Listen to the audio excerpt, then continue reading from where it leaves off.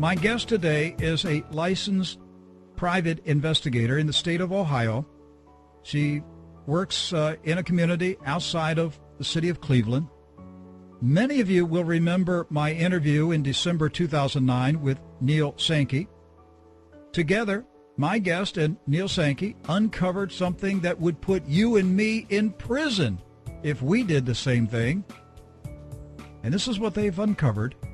Barack Obama, Barry Soetoro, has been using a Social Security number issued in Connecticut between the year 1977 and 1979, despite the fact that Connecticut is a state in which he never lived or even visited at that time in his life.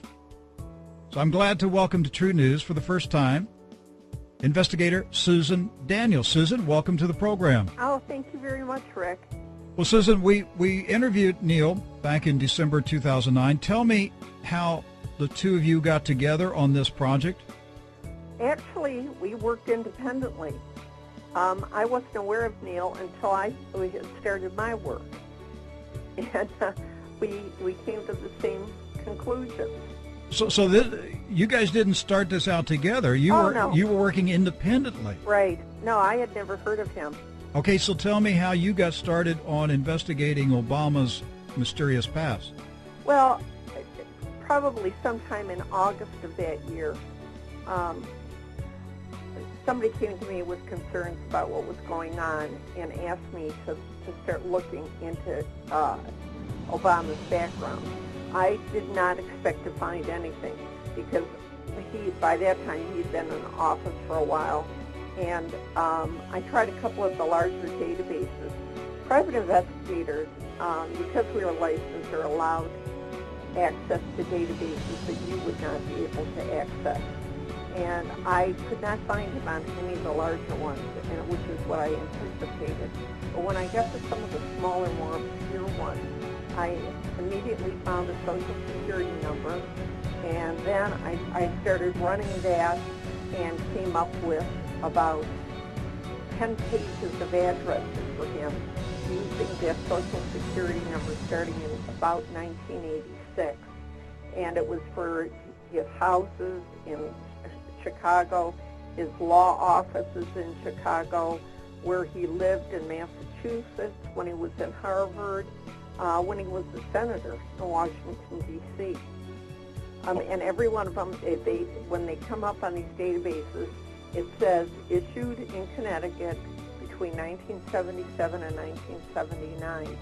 Well, we've pinned it down better than that now. It appears that he may have allegedly gotten this number in March or April of 77.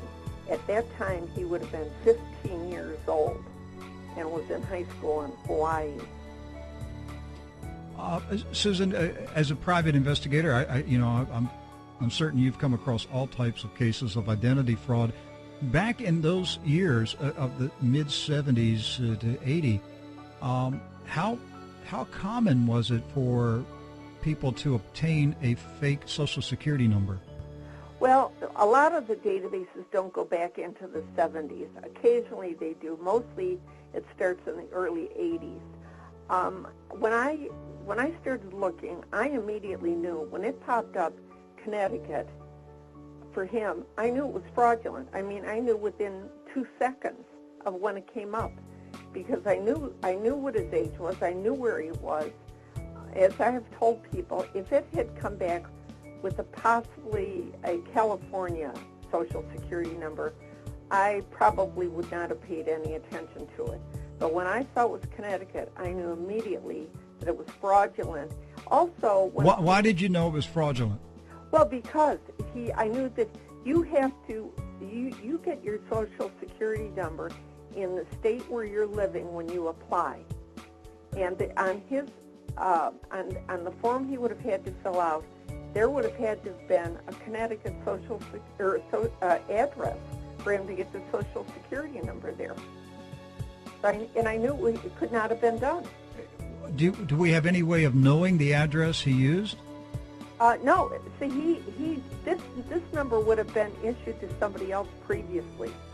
Okay, They so just gave it to him to use starting in the mid-'80s.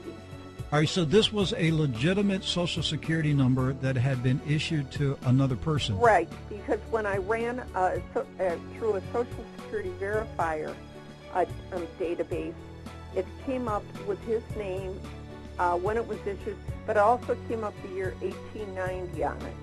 And that is something in 16 years I have never seen.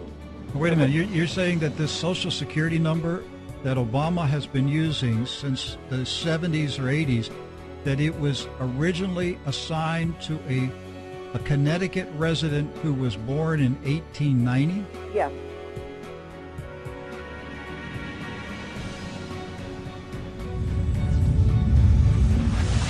Dr. Jerome Corsi of WorldNet Daily and author of the best-selling Where's the Birth Certificate reports that a Social Security number verification investigation has revealed that the Social Security number being used by Barack Obama does not pass a check with E-Verify, the electronic system that the United States Citizenship and Immigration Services of the United States Department of Homeland Security has created to verify whether or not prospective employees have the required authorization to work legally in the United States. Obama does not pass the test.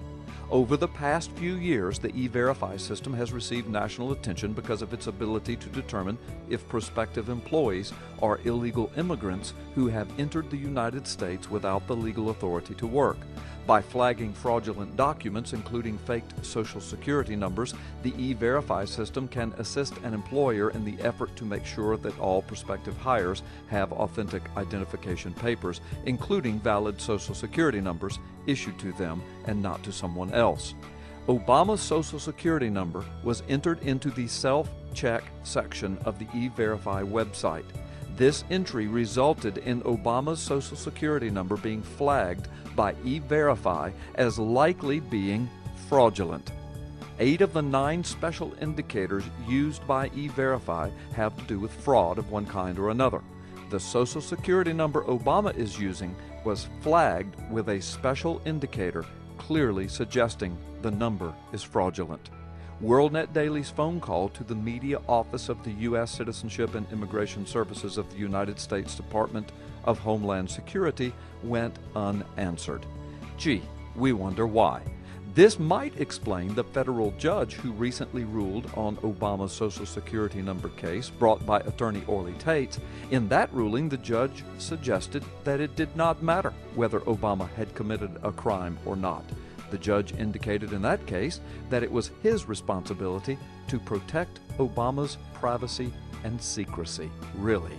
So the man in the White House, the commander-in-chief, the one calling the shots from the Oval Office, could not pass a security check on E-Verify with the Social Security number that he's using.